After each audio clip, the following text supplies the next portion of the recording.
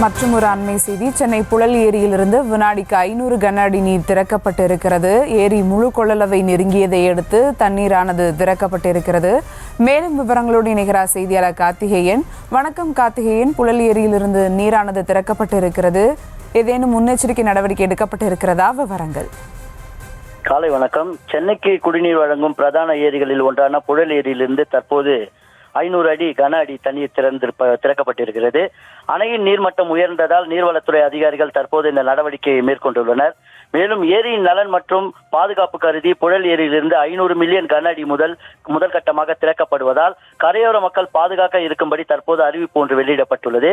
சென்னை செங்குன்றம் புழல் ஏரி நீர்பிடிப்பு பகுதிகளில் தொடர்ந்து பெய்து வரும் மழையால் ஏரிகள் நீர்நிலைகளால் நிரம்பி வருகிறது.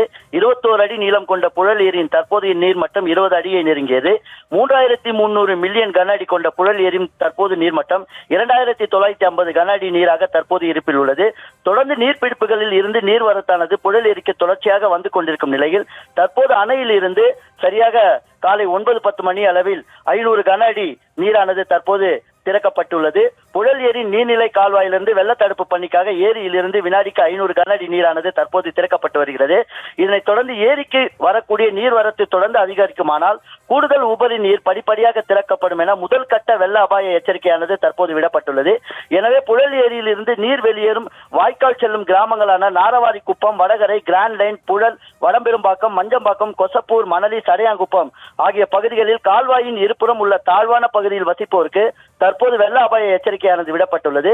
மேலும் இந்த தாழ்வான பகுதியில் வசிக்கும் பொதுமக்கள் உடனடியாக அங்கிருந்து வெளியேறுமாறு திருவள்ளூர் மாவட்ட ஆட்சித்தலைவர் சார்பில் அறிவுறுத்தப்பட்டிருக்கிறார்கள்.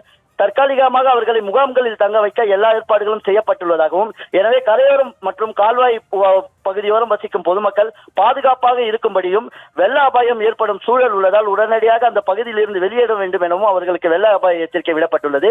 தொடர்ந்து மழை பெய்யுமானால் புழல் ஏரியிலிருந்து நீர்வரத்து அதிகரிக்கும் பட்சத்தில் படிப்படியாக, அதாவது சுமார் 1000 கன அடி முதல் 3000 முதல் 5000 கன அடி நீரின் வரத்தை பொறுத்து புழல் ஏரியிலிருந்து அந்த திறக்கப்படும் நீரின் அளவு அதிகரிக்கப்பட வாய்ப்புள்ளதாக தெரிகிறது. இந்த முதற்கட்ட அபாய வெள்ள எச்சரிக்கை பொதுமக்கள் கடைபிடித்து தங்களை பாதுகாத்துக் கொள்ளும்படி திருவள்ளூர் மாவட்ட ஆட்சியாளர் மற்றும் நீர்வளத்துறை அதிகாரிகள் சார்பில் தற்போது ஒரு அறிக்கை ஒன்று வெளியிடப்பட்டு அவர்கள் அறிவுறுத்தப்பட்டிருக்கிறார்கள்.